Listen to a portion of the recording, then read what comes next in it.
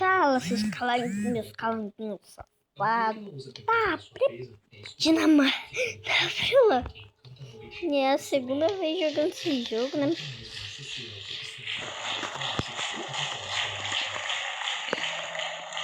6-0. Não, todo mundo conhece, né, Sara? Essa é impossível você não conhecer. Não conheço. Ainda conta que o sétimo filho de um casal, onde todos os filhos anteriores tinham sexo feminino, recebem uma maldição. Na primeira terça ou sexta-feira de lua cheia, após seu 13º aniversário, o jovem é consumido por uma transformação cultural. Na noite de lua cheia, o menino sai de casa e se dirige a uma encruzilhada. Ele se transforma na criatura aterradora, meio homem e meio lobo. A sua sede por carne e sangue é insaciável, levando-o a matar, destroçar e devorar tanto pessoas quanto animais. Qualquer um que tenha infelicidade de cruzar... E os alienígenas. Se alguém for mordido ou apanhado por essa criatura e tiver a sorte de sobreviver, será amaldiçoado com a licantropia, podendo virar uma lobisomem também na noite de lua cheia. O amaldiçoado sobre todas as suas palavras. Eu só vou baixar um pouco o volume, gente. Tal.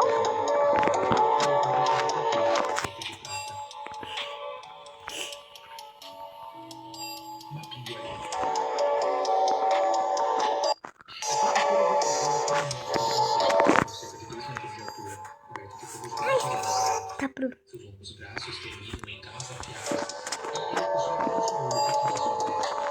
Quando o gato objeto cortar sua umbigo, possui uma boca gigante e dentes pontiagudos e Pronto, easy, ninguém. Eu não usei de confia.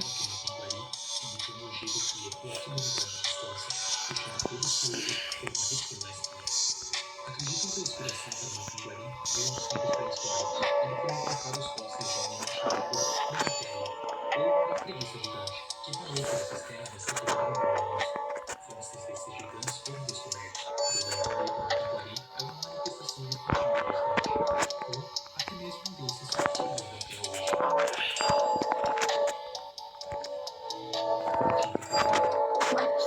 Eu conheço uma tinta perdida. A Matinta Pereira é uma bruxa de aspecto envelhecido que assombra as casas ao cair da noite.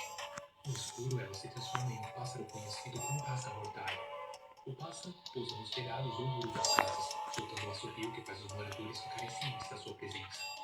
A Matinta Pereira costuma aparecer durante a noite ou a madrugada, perturbando o sono das pessoas. Nesse momento, um dos moradores deve declarar em voz alta que está disposto a oferecer a ela comida e tabaco. Após a oferta ser feita, o senhor voa para outras residências. Nossa. No dia seguinte, a Matinta, agora com sua forma humana de bruxa velha, visita as casas que fizeram as oferendas e recebe o que lhe foi prometido na noite anterior. Caso os moradores não cumpram com a sua promessa, a bruxa lança uma terrível maldição sobre a casa, gerando doenças ou até mesmo a morte dos que moram lá. O poder da maldição da Matinta é assustador e o castigo pode ser transmitido para outras pessoas. Quando a bruxa está perto da sua morte, ela começa a abordar outras mulheres perguntando somente a frase: "Você quer?" Se a resposta for positiva, resultará em uma nova Matinta Pereira. Mãe do Ouro. Não conheço essa. A Mãe do Ouro ela é descrita como uma bela mulher com cabelos que reluzem como ouro. É fácil, gente. Essa daqui é fácil. Conta-se que em tempos passados havia um homem muito cruel que agredia diariamente os seus escravos porque eles não conseguiam encontrar ouro suficiente para ele. Com compaixão pelo sofrimento dos escravos, a Mãe do Ouro decidiu aparecer para um deles, conduzindo até uma grande mina de ouro. Em troca, fez com que o escravo prometesse que ele nunca revelaria a localização da mina a ninguém. O escravo cumpriu a sua promessa e levou uma quantidade impressionante de ouro para seu mestre. No entanto, o senhor dos escravos, consumido pela ganância, ele não conseguia aceitar a riqueza sem reconhecer a origem. Então ele submeteu o escravo a terríveis torturas, até que ele revelasse o local. O homem acabou não suportando o sofrimento, e então ele revelou o segredo. O senhor dos escravos, ao chegar na mina, encontrou uma riqueza nunca antes vista. Porém, a Mãe do Ouro, ciente de tudo que havia acontecido, ficou profundamente furiosa. Com seus poderes sobrenaturais, fez com que a entrada da mina desabasse, deixando o homem ganancioso ali, desamparado, até a sua morte. Minhocão.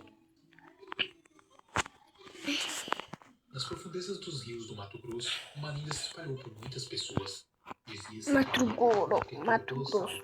Conhecida como minhocão, com mais de 100 metros de Por comprimento. que eu se desconectei do chá de Uma volta? criatura temível com enormes presas e uma couraça tão resistente que nenhuma flecha, lança ou até mesmo arma de fogo poderia penetrar. Por onde essa criatura passava, Mas daí quando eu ela deixava consigo, rastro eu de caio. destruição. A lenda conta que no rio Cuiabá, que é onde essa criatura morava, os pescadores notaram a falta de peixe devido à criatura espantá-los, tornando assim o rio extremamente perigoso. Na época, os pescadores e indígenas que dependiam do rio para sobreviver sofriam com a fome, pois não haviam mais peixes para pescar ou animais para caçar.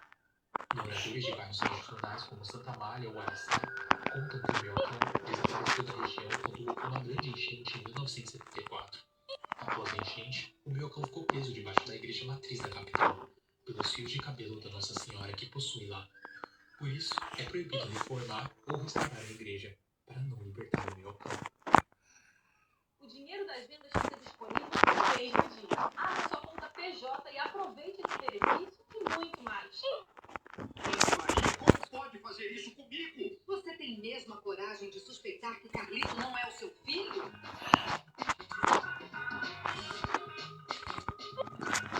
Pra ajudar mim. Tá, daí é impossível, né? Eu não preciso. Gente, faz de conta que eu não vi.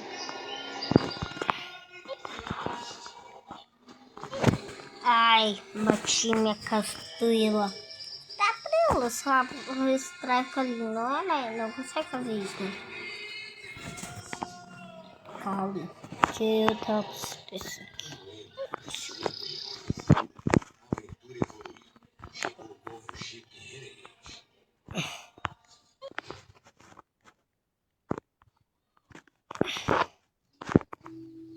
Mula sem cabeça. Ah, conheço. Essa é bem popular e possui duas versões.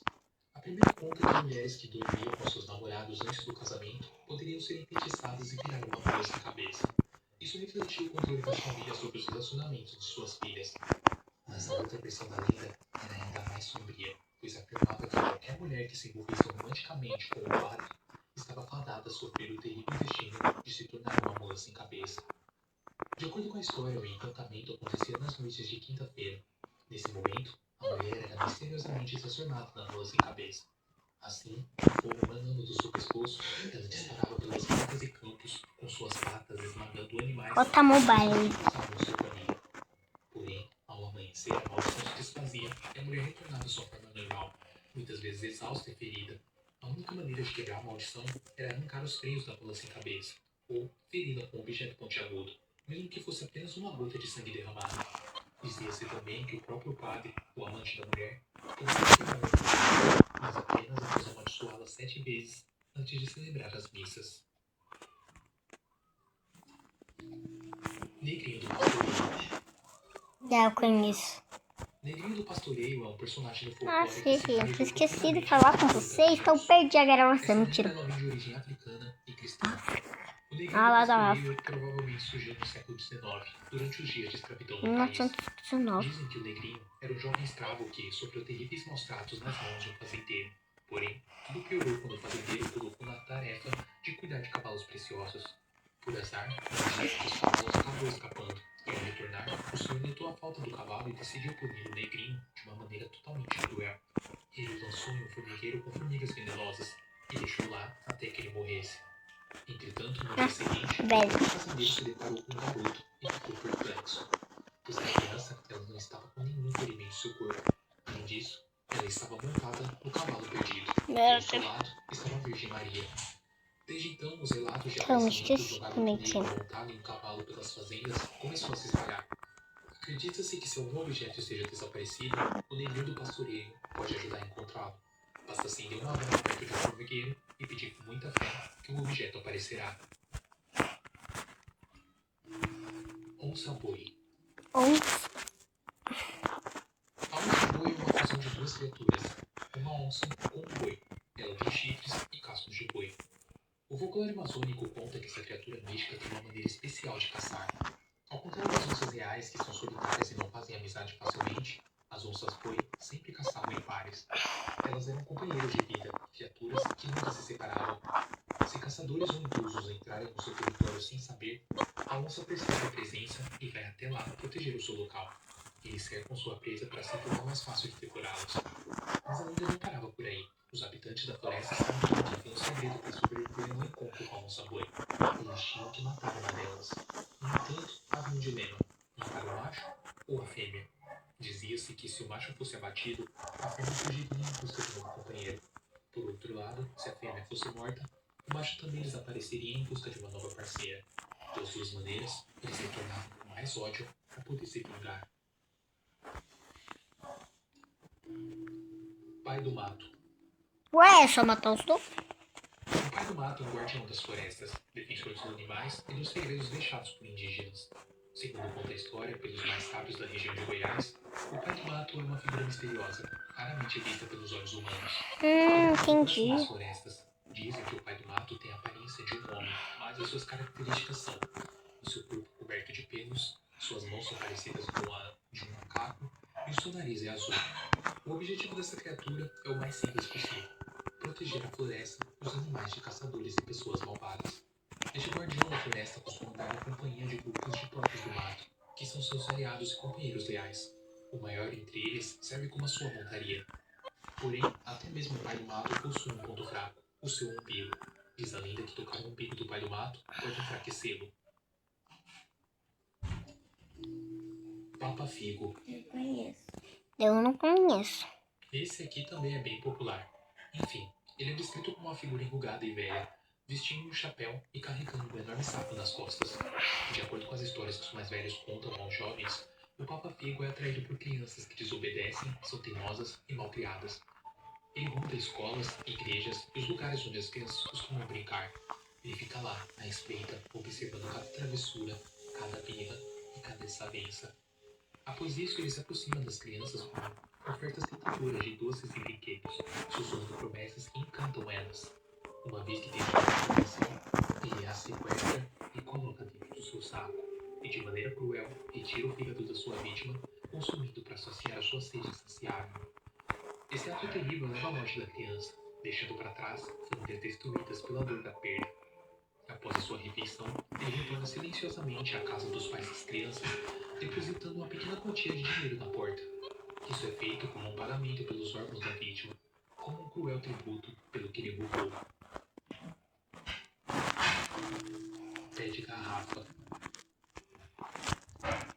Essa é uma criatura nórdica peluda e aterrorizante, que é conhecida por habitar as matas do Paraná. Este ser ele possui uma garrafa em um dos seus pés. Pior que eu moro no Paraná. A garrafa costuma assombrar as pessoas que entravam em suas áreas na floresta. Uma característica gigante dessa criatura é a sua capacidade de se adaptar a situações, onde ele pode crescer e diminuir de tamanho, tornar-se invisível e até mesmo imitar vozes de pessoas. Essas habilidades são usadas para enganar suas vítimas, indo frequentemente criar peças, imitando as vozes de pessoas queridas para atrair as suas presas. Uma vez que atraía suas vítimas, ele roubava suas almas e as aprisionava dentro de uma garrafa. Em seguida, liberava o corpo vazio sem alma. A única maneira de escapar dessa criatura era atravessar a água corrente, o que aparentemente impedia ele de prosseguir. Outra maneira de derrotá-lo era acertar o seu inimigo, o que o mataria. Pisadeira.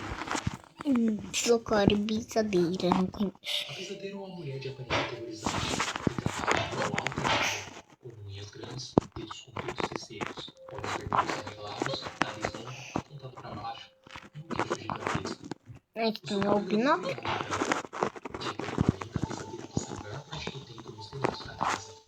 Após o jantar, quando alguém vai dormir de barriga cheia, ela entra em ação, saindo do seu esconderijo, ela pisa no peito da pessoa, deixando um estado de paralisia. A vítima da pisadeira permanece consciente vendo tudo que está em volta, o que gera um grande desespero na vítima. Essa lenda está associada ao fato de que muitas pessoas têm o hábito de deitar logo após jantar, o que pode perturbar o seu sono e levar a ter pesadelos. Também tem relação com a experiência da paralisia do sono, uma condição em que a pessoa acorda temporariamente incapaz de se mover ou falar, frequentemente acompanhada de alucinações assustadoras. Essa criatura é particularmente conhecida nas cidades do interior de Minas e de São Paulo. Procissão das almas. Essa lenda gira em torno de uma crença popular sobre os espíritos Ah, eu conheço. que saem dos seus pulmões durante das sextas-feiras da quaresma.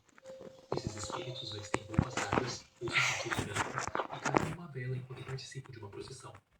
A história narra um incidente em que uma senhora que morava sozinha em sua casa foi acordada durante a madrugada pelo som de pessoas e cânticos. Ela se deparou com uma procissão de espíritos, mas notou que não conhecia ninguém ali, o que deixou ela intrigada, já que normalmente a procissão era anunciada pela igreja e pela população. Enquanto a procissão passava, uma das pessoas nela parou diante da janela da senhora e lhe entregou uma vela, pedindo que ela guardasse, pois voltaria no dia seguinte para buscá-la. A senhora concordou e posicionou a vela próxima à sua cama antes de voltar a dormir. Entretanto, ao amanhecer, a senhora levou um grande susto, pois a vela havia se transformado em ossos humanos. Segundo a lenda, esses eventos eram considerados um mau presságio, pois aquele que recebeu a vela se tornaria a próxima vítima a morrer no dia seguinte. E a partir desse momento, faria parte da próxima procissão das almas. Kibungo.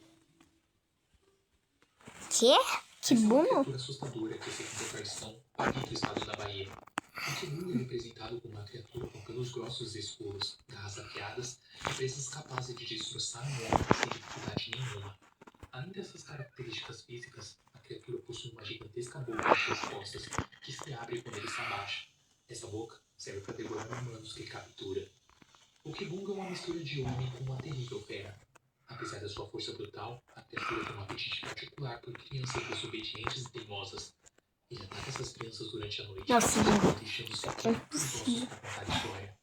O Kibungo ele é tipo um bicho-papão, uma figura monstruosa que assusta as crianças para fazê-las se comportar bem. Ou pelo menos era para ser. Porque com o tempo, relatos foram surgindo, e muitas pessoas começaram a afirmar que viram a criatura vagando por aí, fazendo com que qualquer caminhada por uma noite de lua cheia fosse completamente assustadora. O mãozinho.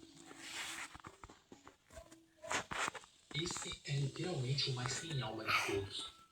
O mãozinho era filho de uma família pobre, porém, ele sempre foi muito mal criado. A peste veio de plantas e quebrar coisas dos outros, sempre fazendo isso rindo. Já dava pra ver que o menino era bem demais. Só que certos dias, quando ele foi levar o almoço para o pai, trabalhando na roça. Com má vontade, ele pegou a comida e começou a levar. Só que no meio do caminho, o mãozinho abriu a barriga e comeu os pedaços da galinha, deixando só os ossos lá. Quando seu pai viu a brincadeira, ele ficou furioso e perguntou que merda era aquela. Tinha, como era, disse: foi isso que me deram. Acho que a minha mãe comeu a galinha com o homem que ficava lá quando o senhor não tá em casa. E aí eles mandaram só os ossos. O seu pai ficou louco de raiva, largou a enxada e foi pra casa com o facão, onde assassinou a sua esposa. O mamãozinho riu de tudo aquilo, mas antes de dar o seu último suspiro, a sua mãe amaldiçoou ele a ficar vivo para sempre, para sofrer por todos os seus pecados. O seu pai, ao saber a verdade da história, se matou de desgosto. Após isso, contam que o mamãozinho continua vivo até hoje, fazendo suas maldades com pessoas que encontram por aí. Maldades para alimentar elas até a morte, onde ele continuará rindo sempre que alguém se ferrar. Saci Pererê. Ah, eu conheço. Sorriso não mata de cuidar. O sorriso cuida de você. Por isso, na Colgate. Desistem. Gente, como eu disse que era às 11 horas da manhã que eu ia voltar a reagir. Então eu vou ter que te obrigar a estar assim, Jorge.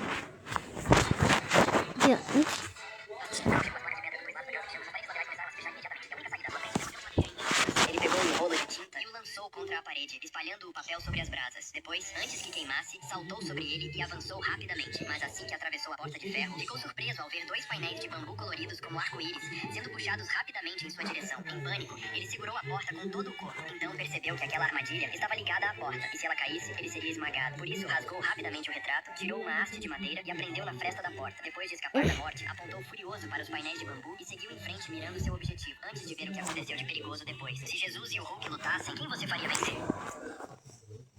Me desculpa. Eu só podia...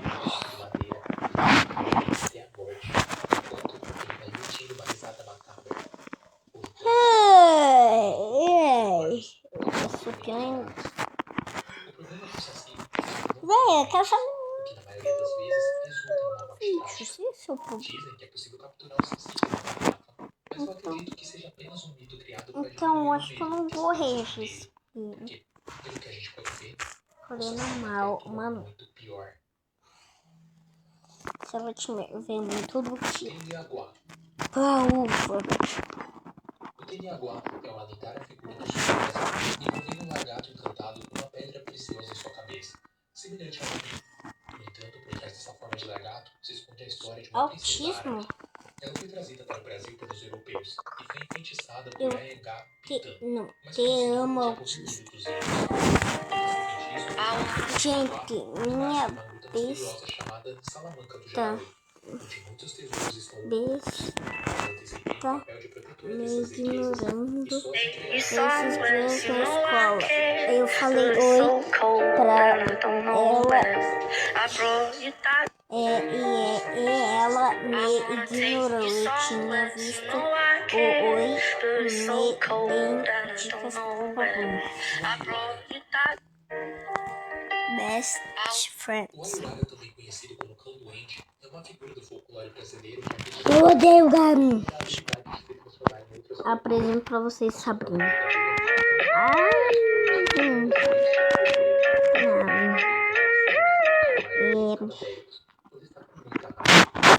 de origem tupi-guarani, significa vestido presente, ou até mesmo uma assombração. Apesar de se segurarem cães, esses duendes da Amazônia são considerados espíritos malévolos, com o intuito de apenas Bobaniem. e levando um pouco mais para a parte de astronomia, eu acredito que essa pessoa vista pelos indígenas veio Não, se ela tiver muito, eu não vou assistir esse canal. Vitória Régia. Vitória Régia, eu conheço. Segundo o folclore, Inaya era uma indígena da tribo e destacava-se por sua beleza. Tá bom, Ela gente. tinha Eu uma acho que eu profunda deixo paixão por pela aqui. lua e a deusa Jaci. Tô com preguiça. Eu sei que tem um montão de gente que não apareceu. Eu sei. Deixa eu assistir isso daqui. Esse cara toura. Então, uma noite de lua cheia, como nunca vista antes, tão próxima da O Terra, cara não tem shorts? decidiu explorar as margens de um lago próximo à sua tribo. Foi então que ela viu o reflexo gigantesco da lua na água. Acreditando que fosse a própria Tchau, deusa, gente.